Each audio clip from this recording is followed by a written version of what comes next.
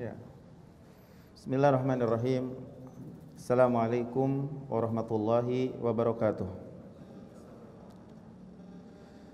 Innal hamdalillah nahmaduhu wa nasta'inuhu wa nastaghfiruh wa na'udzu billahi min shururi anfusina wa min sayyiati a'malina. May yahdihillahu fala mudhillalah wa may yudlil fala hadiyalah. Asyhadu an la ilaha illallah wahdahu la syarikalah iqraran bihi wa tauhida wa asyhadu anna Muhammadan abduhu wa rasuluh. Amma ba'd, ikhwani wa akhwati yang dimuliakan Allah Jalla wa Ala, ya, merupakan suatu kenikmatan yang Allah Subhanahu wa taala berikan kepada kita, dan ini merupakan anugerah yang paling besar, itu keistiqomahan kita di atas iman dan Islam, ya. Dan buah dari keistiqomahan, kita akan merasakan manisnya di dunia dan di akhirat. Kita ikhwani wa akhwati yang dimuliakan Allah Subhanahu wa taala, sering berdoa kepada Allah, mengulang-ulang terus di dalam setiap salat kita, ya, ihdinas siratal mustaqim siratal ladzina an'amta 'alaihim ghairil maghdubi 'alaihim waladhdallin. Jadi kita ihdinas siratal mustaqim, ya, maksudnya ini, ihdinas siratal mustaqim, ya Allah, gitu kan. Tunjukkanlah kami ke jalan yang lurus. Kita berulang-ulang berdoa kepada Allah dalam setiap salat, yang wajib maupun yang sunnah. Kalau yang wajib, berapa kali berarti kita berdoa ini dalam salat yang wajib dalam 5 waktu? Berapa kali? 17. Belum lagi yang sunnah-sunnah. Yang dimaksud sirat al-mustaqim menurut Al-Imam Ibnu Katsir rahimahullah adalah mengikuti jalan Nabi, mengikuti generasi salaf dari para sahabat seperti Abu Bakar dan Umar, mengikuti kebenaran, mengikuti Islam, mengikuti Al-Quran. Arti ini saling berkaitan antara satu dengan yang lainnya. Jadi Ibnu Katsir rahimahullah mengungkapkan bahwasanya semua pengertian di atas itu adalah benar, dan semua makna di atas itu adalah saling berkaitan. Siapa yang mengikuti Nabi sallallahu alaihi wasallam dan mengikuti sahabatnya sesudahnya, yaitu Abu Bakar dan Umar, maka berarti ia telah mengikuti kebenaran. Betul? Jadi barang siapa yang mengikuti Nabi SAW dan mengikuti sahabat yang sesudahnya, berarti ia telah mengikuti kebenaran. Ya. Siapa yang mengikuti kebenaran, berarti dia telah mengikuti Islam.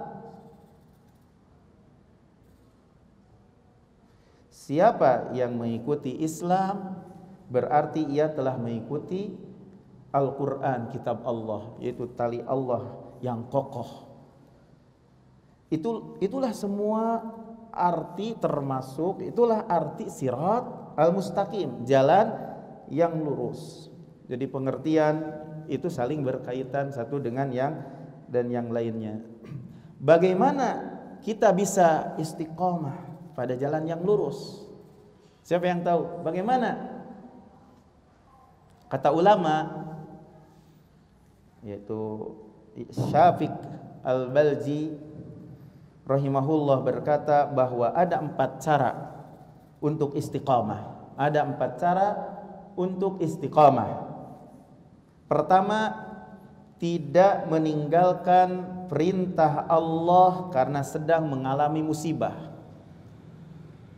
Tidak meninggalkan perintah Allah karena mengalami musibah. Itu Itu cara yang pertama. Kedua, tidak meninggalkan perintah Allah karena kesibukan dunia. Tidak meninggalkan perintah Allah karena kesibukan dunia. Ketiga, tidak mengikuti komentar orang lain dan mengedepankan hawa nafsu sendiri. Tidak mengikuti komentar orang lain dan mengedepankan hawa nafsu diri, gitu. Karena dalam sebuah hadis Rasulullah SAW mengatakan, manil tamasa ridallah bisakhatin nas kafahullahu mu'natan nas wa manil tamasa ridon nas bisakhatillah wakkalahullahu ilan nas. Barang siapa yang mencari ridho Allah saat manusia tidak suka, maka Allah akan cukupkan dia dari beban manusia. Barang siapa yang mencari ridho manusia, ya, namun Allah murka, maka Allah akan biarkan dia bergantung pada manusia. Itu yang keberapa itu? Apa? Yang ketiga. Cara yang keempat, beramal sesuai dengan Al-Quran dan Sunnah Nabi Sallallahu Alaihi Wasallam. Itu cara 4 tanda istiqamah. Siapa yang bisa ngulangi? Ya.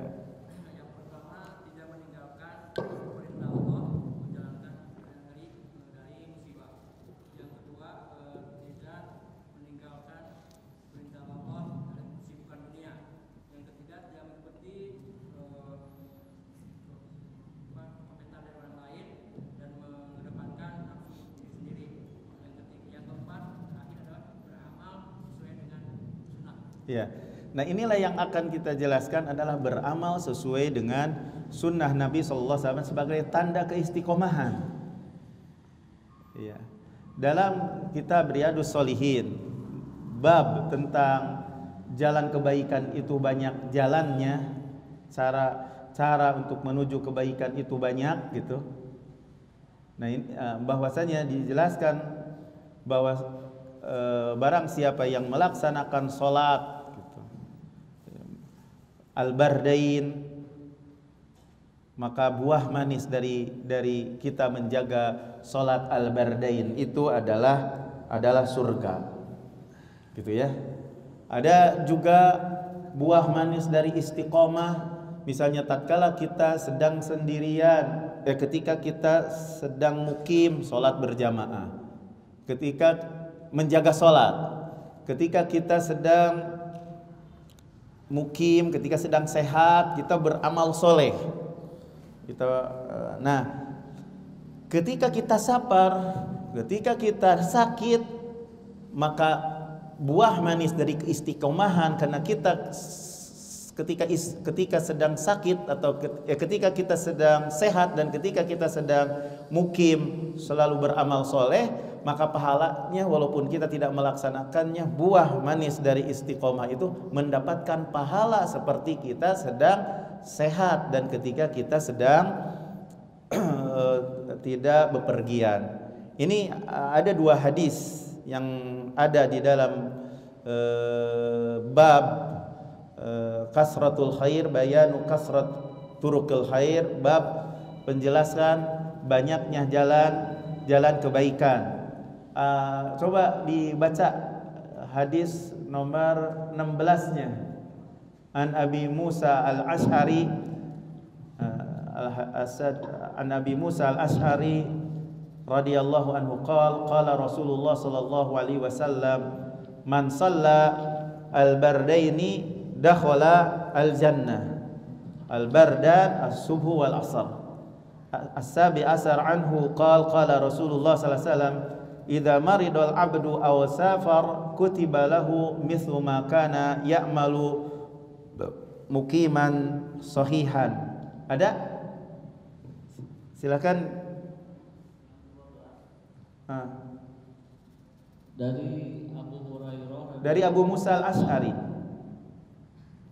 As-sadis asar 16. Iya.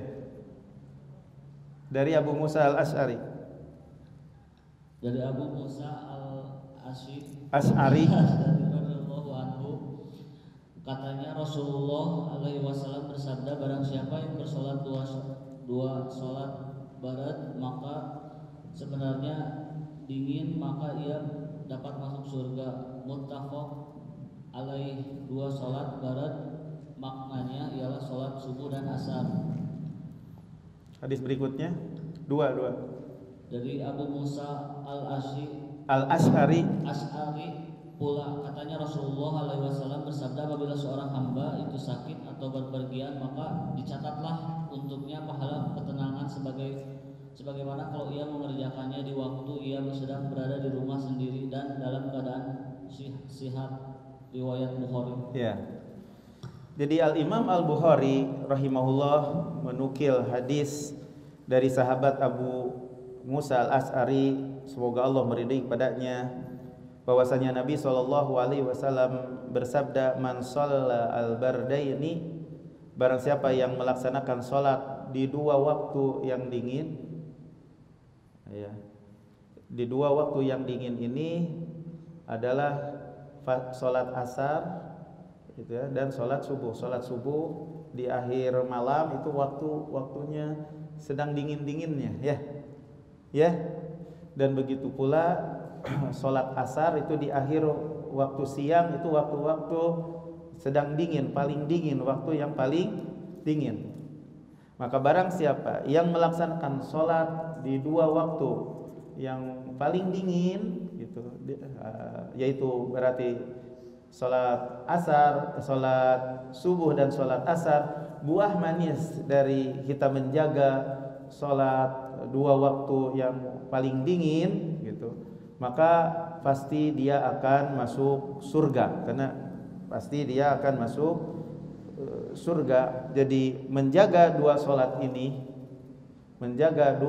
ini yang kadang banyak orang yang lalai dari melaksanakannya, banyak orang yang kesiangan gitu, karena saking dinginnya gitu. Akhirnya kalau kita lihat di masjid-masjid, kalau sholat subuh paling sedikit, sholat asar juga paling sedikit. Nah, maka barang siapa yang bisa menjaga dua sholat ini dan menegakkannya, tentunya menegakkannya itu adalah sholat berjamaah berarti. Itu diantara sebab yang menyebabkan masuk surga. Jadi buah manis dari keistiqomahan menjaga dua sholat ini apa? Surga. Antum mau surga? Mau. Jaga tinggal ini. Jaga sholat. Istiqomah. Berusaha untuk istiqomah selama kita sedang sehat, ketika kita tidak sedang bepergian, jaga sholat, ya, jaga sholat, ya. Jangan sampai terlewatkan dua sholat ini, jangan sampai terlewatkan sholat ini, karena sungguh telah terdapat di dalam hadis yang sahih dari Nabi SAW bahwasanya Nabi SAW bersabda, innakum satarawna rabbakum kama tarawna hadzal qamar. Sesungguhnya kalian itu pasti akan melihat Rabb kalian sebagaimana kalian melihat bulan gitu. Jadi mentasbihkan, menyerupakan penglihatan dengan penglihatan, bukan mentasbihkan yang dilihat dengan yang dilihat. Tentu beda, bulan yang dilihat, bulan dan Allah tentunya beda. Tapi yang dimaksud penyamaannya dari sisi penglihatan gitu. Penglihatan secara hakiki, kita akan melihat Allah penglihatan secara hakiki seperti seseorang yang melihat bulan di malam di bulan purnama gitu. Nah gitu. Kemudian di akhir hadis Nabi SAW mengatakan, fa inistata'tum an la tuglabu ala salatin qabla tulu'is syamsi wa qabla ghurubiha faf'alu. Jika kalian mampu untuk tidak terlewatkan untuk melaksanakan salat sebelum terbit matahari dan sebelum terbenam matahari, maka hendaklah kalian lakukan. Jadi sebelum terbit matahari sholat apa? Sebelum terbit matahari sholat apa? Sholat fajar atau saking inget nikah terus. Dan sebelum terbenam matahari adalah sholat apa? Sholat asar. Nah, dua sholat ini adalah sholat yang paling utama. Jadi sholat yang paling utama. Jadi sholat yang paling utama adalah sholat al-asr. Nah, jadi dua sholat ini adalah sholat yang paling utama. Dan dari dua sholat yang utama ini, yang paling utama sholat apa? Subuh apa sholat asar? Sholat asar. Kenapa? Karena sholat asar adalah sholatul wusta, di mana Allah tabaraka wa ta'ala berfirman, hafidhu ala salawati was salatil wusta wa qumu lillahi qanitin. Hendaklah kalian menjaga sholat 5 kali, ya, menjaga sholat-sholat dan sholat wusta, lebih ditekankan lagi. Ini menunjukkan keutamaan was salatil wusta, dan sholat wusta adalah sholat asar. Wa qumu lillahi qanitin, hendaklah kalian melaksanakan sholat karena Allah dalam keadaan kunut, dalam keadaan khusyuk. Bahwasanya sholat wusta adalah sholat yang paling utama. Ada nas secara sharih yang jelas dari Nabi SAW yang sahih saat pada waktu sholat, pada waktu perang Ahzab. Mala Allahu buyutahum wa kuburahum naro kama syaghaluna 'anis salatil wusta salatul asr. Allah Subhanahu wa taala memenuhi rumah-rumah mereka dan kuburan-kuburan mereka api, sebagaimana mereka telah menyibukkan kami dari salat wusta, yaitu salat asar. Ini nas sharih dari Rasulullah SAW bahwasanya yang dimaksud dengan salatul wusta adalah salat al-asr. Dua salat yang paling utama adalah salat fajar dan salat asar. Dari dua salat itu yang paling utama ada salatul wusta, yaitu salat asar. Nah, sabda Nabi sallallahu alaihi wasallam, man shalla al-bardain, barang siapa yang melaksanakan salat al-bardain, melaksanakan salat sesuai dengan yang diperintahkan pada waktu itu. Jadi bagi kaum laki-laki memiliki kewajiban untuk salat berjamaah, karena salat jamaah itu adalah wajib. Nah, kalau seandainya laki-laki itu datang pada waktu itu melaksanakan salat berjamaah, gitu. Karena seorang laki-laki tidak halal ya salatnya, tidak boleh salatnya di rumah, nggak boleh, padahal dia mampu, kecuali sakit. Gitu, ya. Nah, barang siapa yang melaksanakan salat bardain, gitu, ya, pada waktu itu sesuai dengan yang diperintahkan bagi laki-laki, melaksanakan salatnya bukan di rumah tapi di mana? Di masjid. Maka buah manis dari melaksanakan salat ya subuh dan salat asar, karena ini diantara yang paling sulit untuk kita melakukan sesuai dengan yang diperintahkan. Tapi kalau kita bisa melaksanakannya, tentu salat-salat yang lain akan mudah untuk dilakukan. Ya, yang sulit dulu ditekankan oleh Rasulullah Sallallahu Alaihi Wasallam.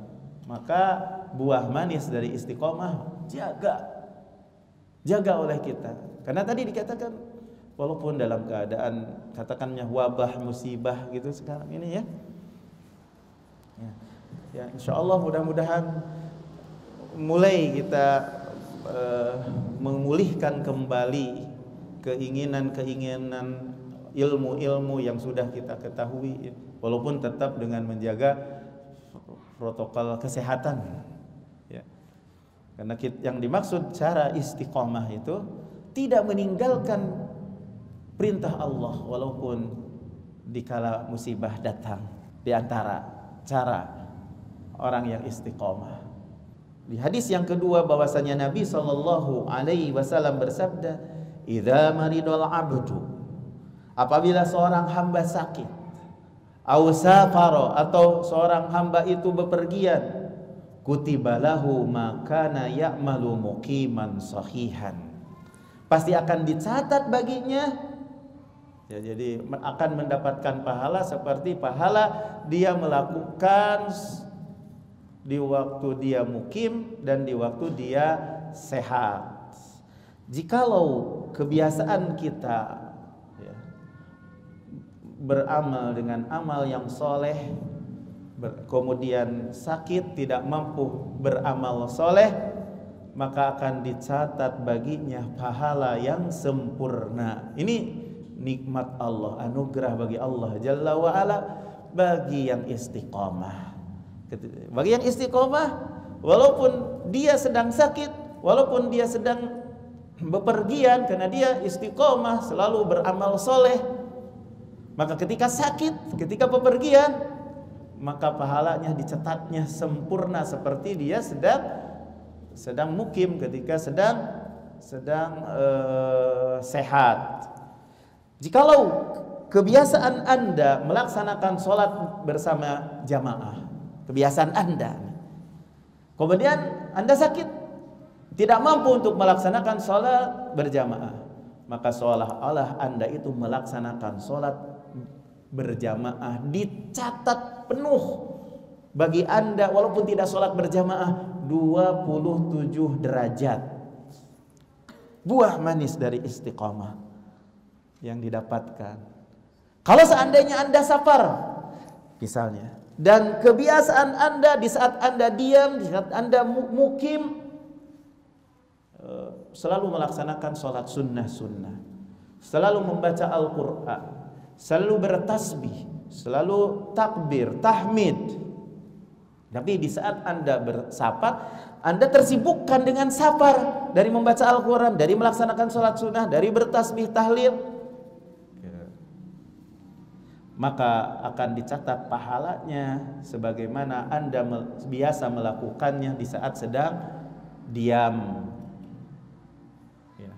Umpamanya, misalnya Anda bepergian, kemudian Anda sholat sendirian di saat itu, tidak ada yang bersama Anda, sendirian sholatnya, maka akan dicatat bagi Anda pahala sholat berjamaah secara sempurna apabila di saat sedang mukim Anda melaksanakan sholatnya berjamaah.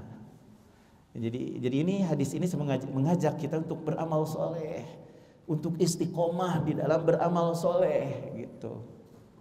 Jadi pahala yang akan didapat manisnya dari keistiqomahan kita. Dan di dalam hadis ini juga mengingatkan kepada kita yang berakal, orang yang berakal, selama dalam kondisi sehat, selama dalam keadaan kosong, ketika waktunya senggang, bersemangat untuk beramal soleh.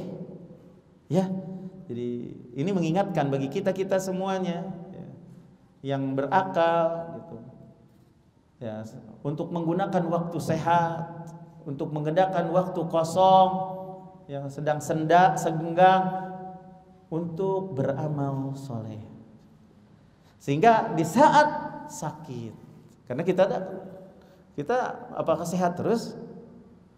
Nah, di saat kita sakit, di saat kita sibuk, akan dicatat bagi orang yang berakal itu, yang menggunakan waktu kosongnya dan waktu sehatnya ketika sakit dan sibuk, mendapatkan pahala yang sempurna. Gunakan waktu sehat Anda, gunakan waktu kosong Anda, senggang Anda untuk beramal soleh, biar dicatat di saat Anda sakit atau sibuk pahala yang sempurna. Alhamdulillah. Makanya sahabat Ibnu Umar, ya, semoga Allah meridai kepadanya, berkata, khudh min sihhatika lima rodik, wa min hayatik limautik. Apalagi ini anak muda. Anak muda itu jangan ada waktu kosong. nanti kerayapan tuh pikirannya.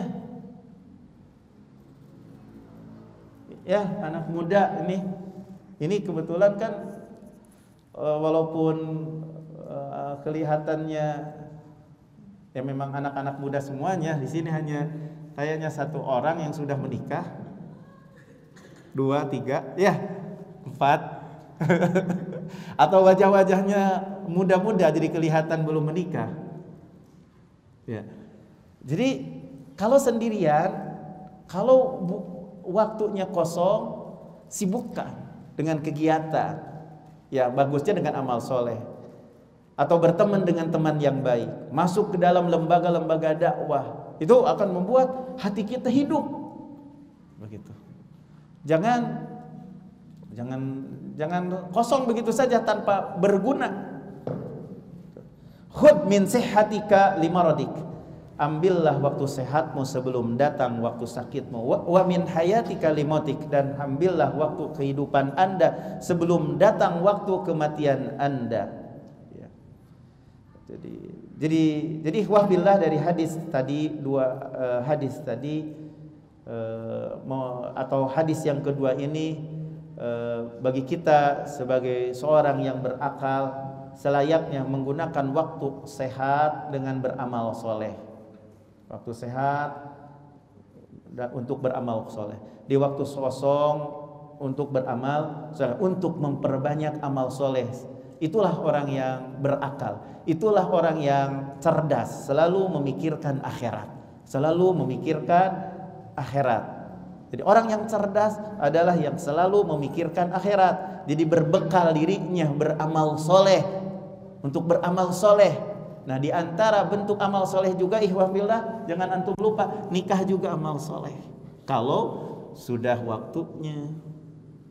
Kalau sudah waktunya, karena tujuan nikah itu kan dalam rangka meninggalkan kemaksiatan.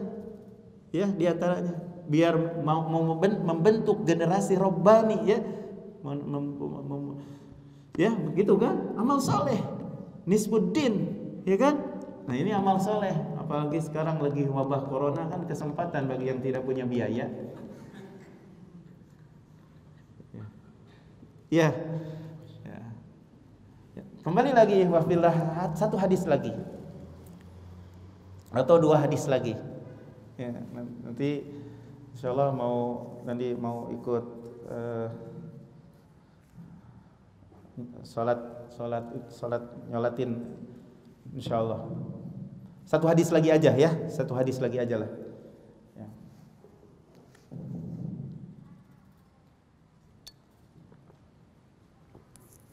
As-samin asyar an Jabir radhiyallahu anhu qala Rasulullah sallallahu alaihi wasallam kullu ma'rufin sadaqah. Rawahul Bukhari wa rawahu Muslim min riwayati Hudzaifah radhiyallahu anhu. Jadi penulis rahimahullah menukil hadis Jabir, ya, dalam bab banyaknya jalan kebaikan. Jadi jalan kebaikan itu adalah banyak di bab.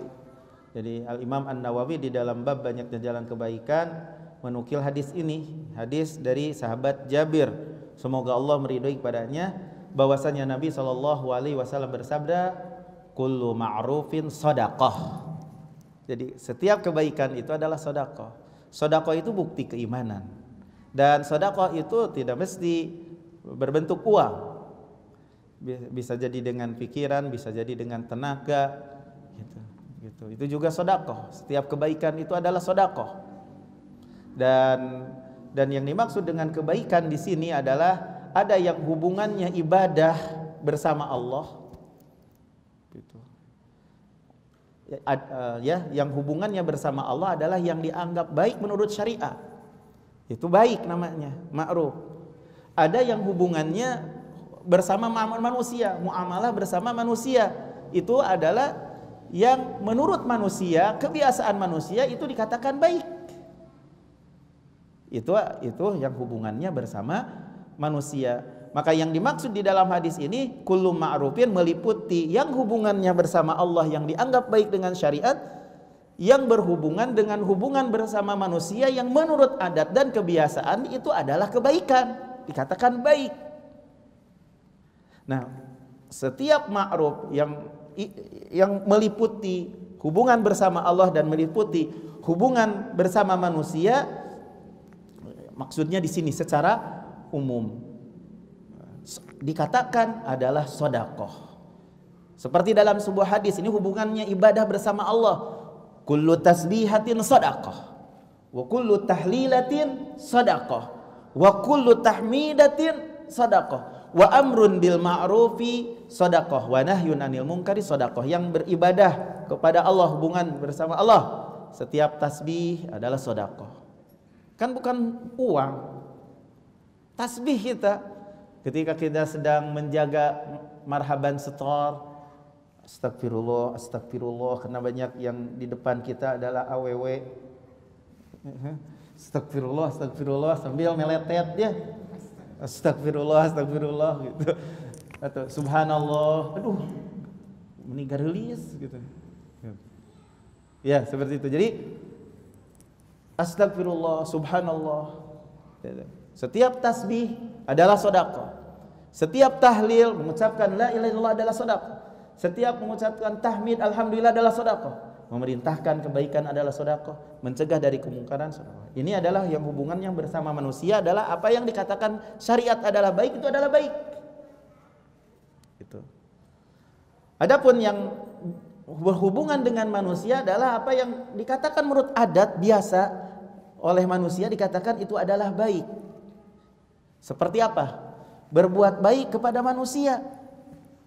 Baik kata siapapun, walaupun bagi orang yang bagi semua orang pasti mengatakan kalau kita membantu orang lain dengan harta, membantu orang lain dengan jabatan atau yang lainnya itu bagian daripada kebaikan. Menurut semuanya orang dikatakan seperti itu adalah baik. Nah, ini hubungan dengan manusia. Nah, tatkala kita berbuat baik kepada manusia dengan harta kita, dengan jabatan kita atau yang lainnya, itulah baik, itulah kebaikan dan itulah sedekah. Ketika hubungan kita dengan bersama manusia, jangan sampai kita disangka dengan harta saja sedekah itu. Nah, wajah Anda yang berseri-seri, senyuman Anda yang manis, tapi bukan kepada yang lawan jenis, ya. Kepada lawan jenis itu mah nanti kalau udah nikah nggak apa-apa. Tapi kalau kepada lawan jenis yang membuat akan terpicu padanya fitnah, jangan menebar pesona, ya. Jangan menebar pesona, gitu. Jadi bertemu wajah Anda dengan saudara Anda dengan wajah yang Masya Allah berseri-seri, tidak cemberut.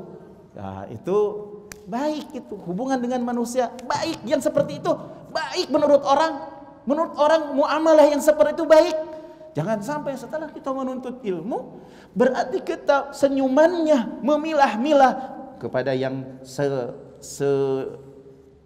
selembaga saja senyumnya, satu kumpulan pengajian saja senyumnya. Enggak boleh gitu. Wah, enggak ini harus dibaudan ini mah. Enggak benar, enggak pernah ngaji. Enggak bisa seperti itu. Enggak seperti itu. Kita berkata baik, lembut. Itu menurut manusia baik enggak? Kalau kasar itu buruk. Betul enggak? Memasukkan kegembiraan dengan kata-kata kita kepada orang lain itu baik, itu hubungan kita bersama manusia. Itu adalah kebaikan menurut orang. Belum lagi ditekankan ada juga dalilnya dari syariat.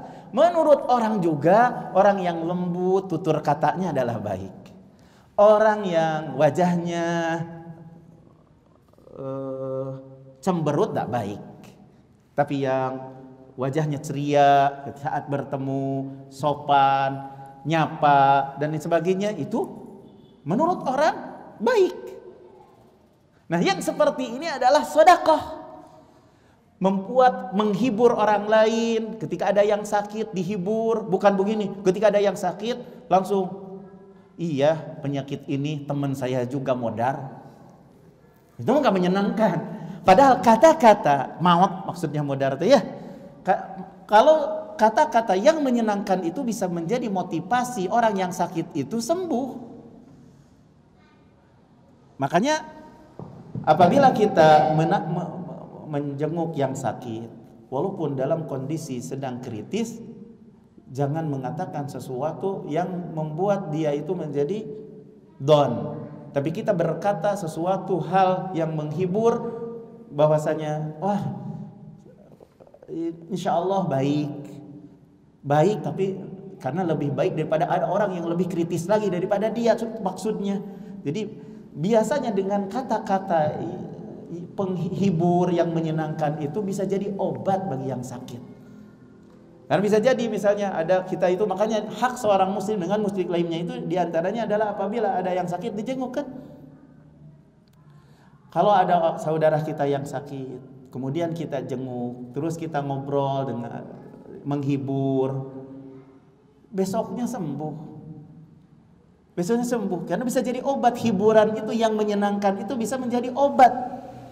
Bisa menjadi obat. Misalnya, ini sesuatu yang ringan, penyakit ini mah tidak apa-apa. Bukan digede-gedein sesuatu penyakit itu. Makanya la ba'sa tahurun insyaallah, tidak apa-apa. Tahur insyaallah, pembersih dosa insyaallah. Ini mah ringan.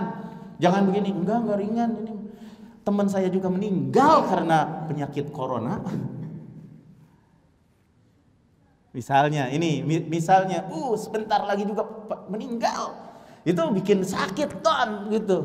Tapi walaupun separah apapun, la ba'sa, apa-apa insyaallah. Berapa banyak orang yang sembuh lagi, berapa banyak ini saya jadi kata-katanya suatu hal yang menggembirakan bisa jadi obat. Jadi tidak apa-apa. Gitu misalnya. Ringan ini. Karena melupakan penyakit itu sebab kesembuhannya.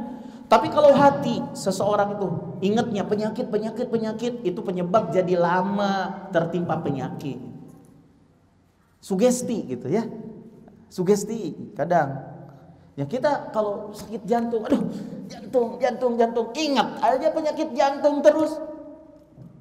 Tapi kita lupakan penyakit, sembuh insyaallah. Lupakan penyakit.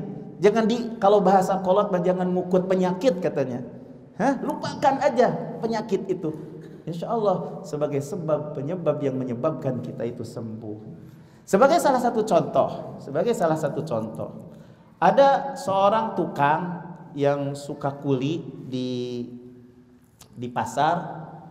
Misalnya dia suka ngangkut barang ke mobil, tiba-tiba jatuh ke kakinya, berdarah gitu. Dia karena sibuk dengan kesibukannya, dia angkut nggak terasa sakit. Ya, karena tidak mengingat-ingat terasa sakit. Karena dia sibuk menyibukkan diri dengan yang lain, melupakan rasa sakit. Padahal pada waktu terjatuh sesuatu ke kakinya sangat sakit sekali, tapi dia melupakan rasa sakit tersebut dengan kesibukan. Maka tidak terasa pedihnya ketika kakinya terkena sesuatu sampai berdarah. Pas selesai dari pekerjaan sedang kosong, aduh sakit, pedih. Ini bisa kita saksikan. Jadi sebagai salah satu penyebab obat itu adalah diantaranya bagaimana menghibur. Kita mengatakan sesuatu yang membuat lupa saudara kita itu dari rasa sakit. Itu menyenangkan, bisa jadi motivasi, bisa jadi membuat salah satu sebab yang menyebabkan sakitnya itu menjadi sembuh. Jadi membuat lupa orang ketika menjenguk dari rasa sakit, memasukkan rasa kegembiraan kepadanya, memberikan harapan kepadanya, bisa membuat obat. Itu suatu kebaikan yang melupakan rasa sakit. Bisa jadi penyebab untuk obat bagi yang sedang sakit. Jadi intinya segala kebaikan adalah sedekah. Kullu ma'rufin sedekah. Mencakup hubungan bersama Allah, mencakup hubungan bersama manusia. Hubungan bersama Allah adalah apa yang dikatakan baik menurut syariat. Kalau hubungan bersama manusia, apa yang dikatakan baik oleh manusia. Menurut manusia yang jemedut baik apa tidak? Baik gak? Menurut manusia yang berkata lembut baik apa tidak? Sebelum dengan dalil. Menurut manusia yang wajahnya berseri-seri, yang selalu menyapa, baik gak? Baik. Yang jemedut nggak baik. Yang kata-katanya kasar nggak baik. Makanya saya selalu canda bahwasanya orang yang mengaji sunnah ini setelah sering mendengarkan hadis-hadis Rasulullah SAW, wajahnya akan berubah. Kita ngaji ke sini dalam keadaan cemberut gitu, misalnya galau dan lain sebagainya. Kondisi di rumah tangganya biasanya kasar kata-katanya gitu, kurang romantis kalau berkeluarga.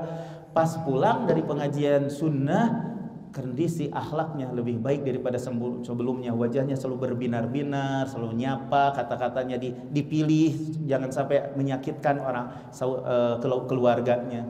Itu buah dari menuntut ilmu, buah daripada istiqomah, merubah dirinya, imannya menjadi bertambah gitu, kondisi akhlaknya juga jadi berubah gitu.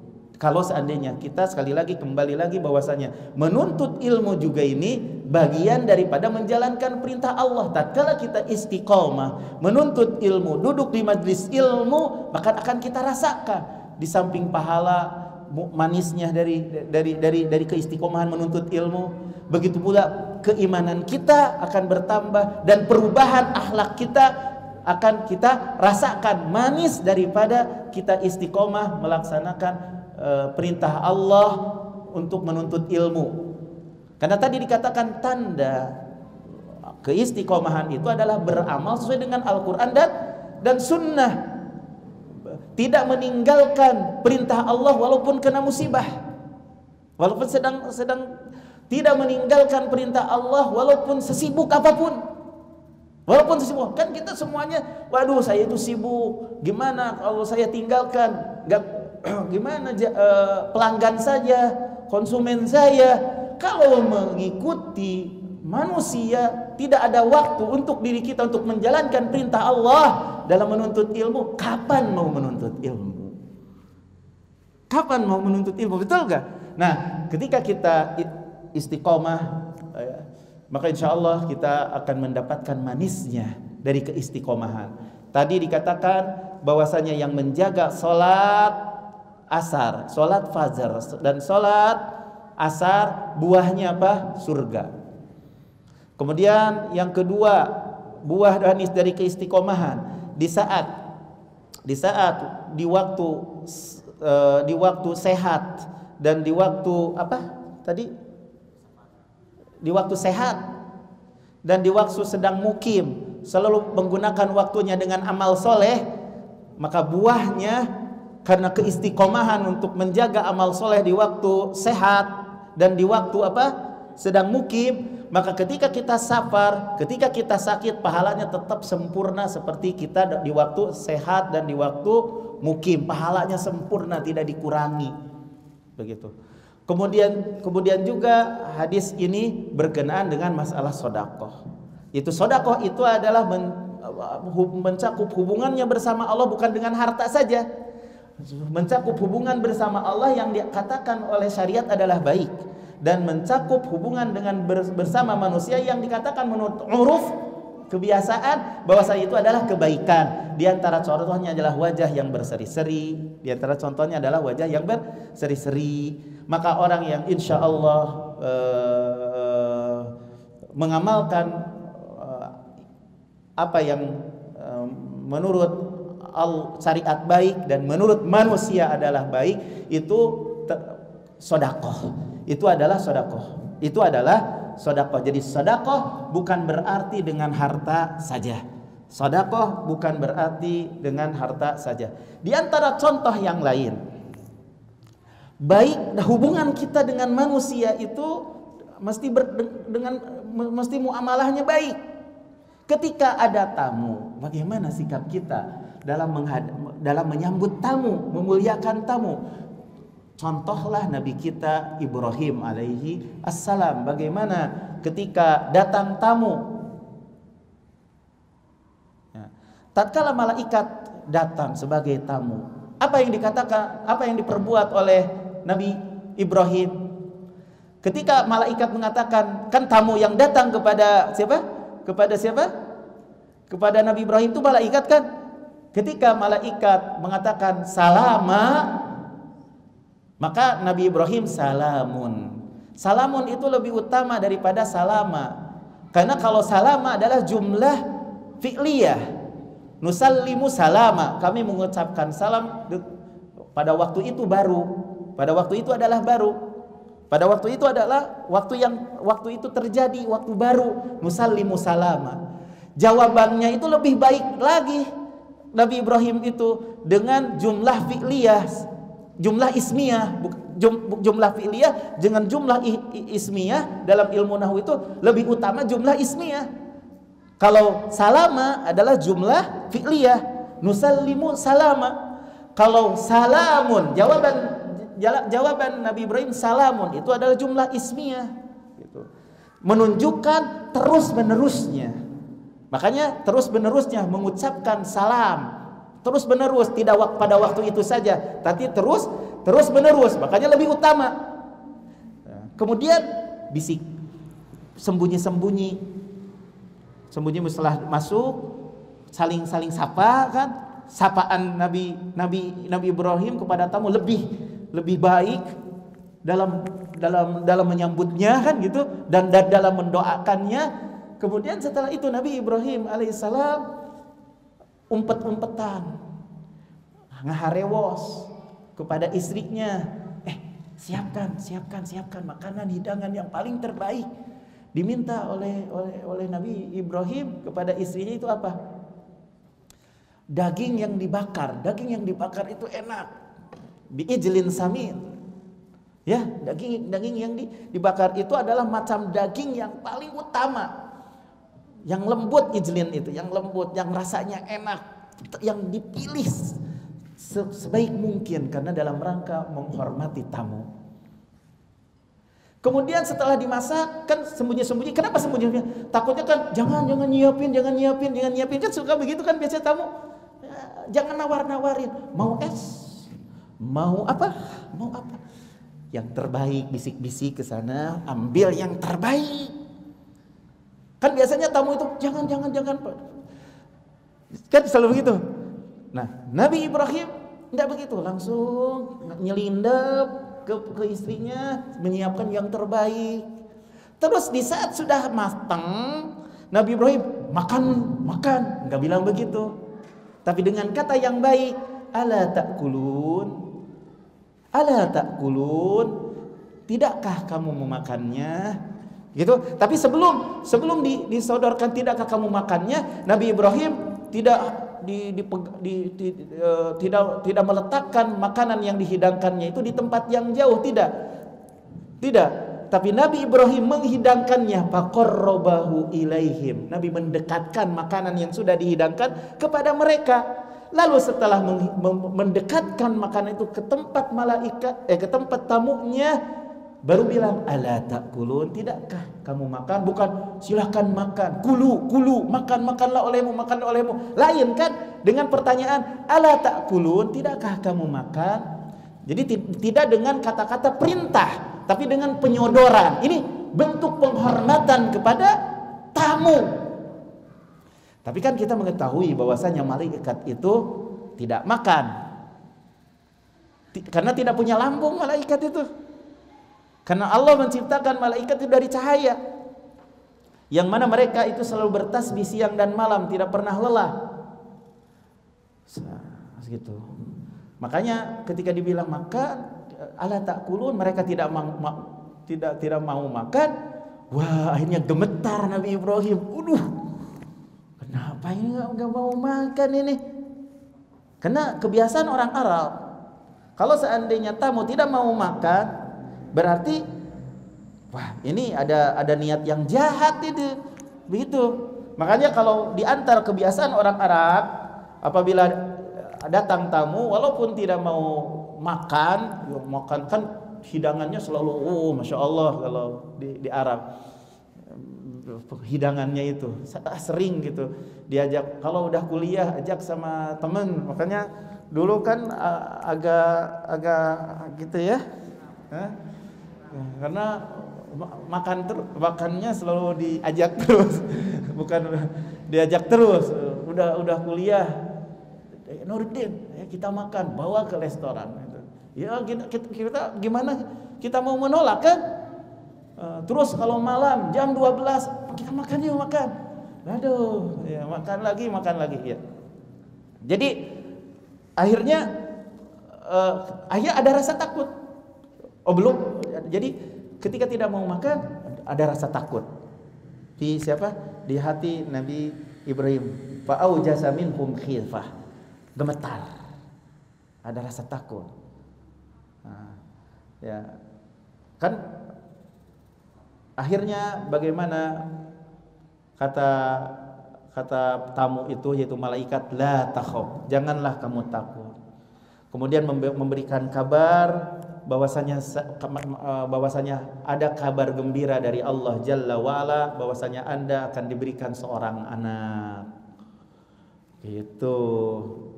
Nabi Ibrahim kan sudah tua, istrinya juga sudah tua, mandul. Maka ketika mendengar berita tersebut, istrinya teriak saking kaget. Bagaimana bisa melahirkan? Saya kan mandul, saya sudah tua. Kata malaikat, kalau Allah berkehendak, apa yang Allah kehendaki pasti terjadi. Intinya memuliakan tamu itu akhlak yang baik. Nah, contoh dalam memuliakan tamu seperti ini. Contoh memuliakan tamu adalah apa yang dilakukan oleh Nabi SAW, bahwasanya menghidangkan sesuatu untuk tamu merupakan kebaikan. Kullu ma'rufin sadaqah. Setiap kebaikan itu adalah sedekah. Maka hendaklah kita melakukan kepada siapa saja manusia itu kebaikan, berusaha untuk baik. Karena apa yang kita lakukan untuk kebaikan bagi manusia itu adalah sedekah, di mana Allah akan memberikan pahala kepada kita, pahala sedekah, dan bukan hanya harta saja. Semua kebaikan itu adalah sedekah. Itu saja yang bisa disampaikan pada pertemuan kali ini. Jika ada pertanyaan yang ingin ditanyakan, ya 5 menit saja.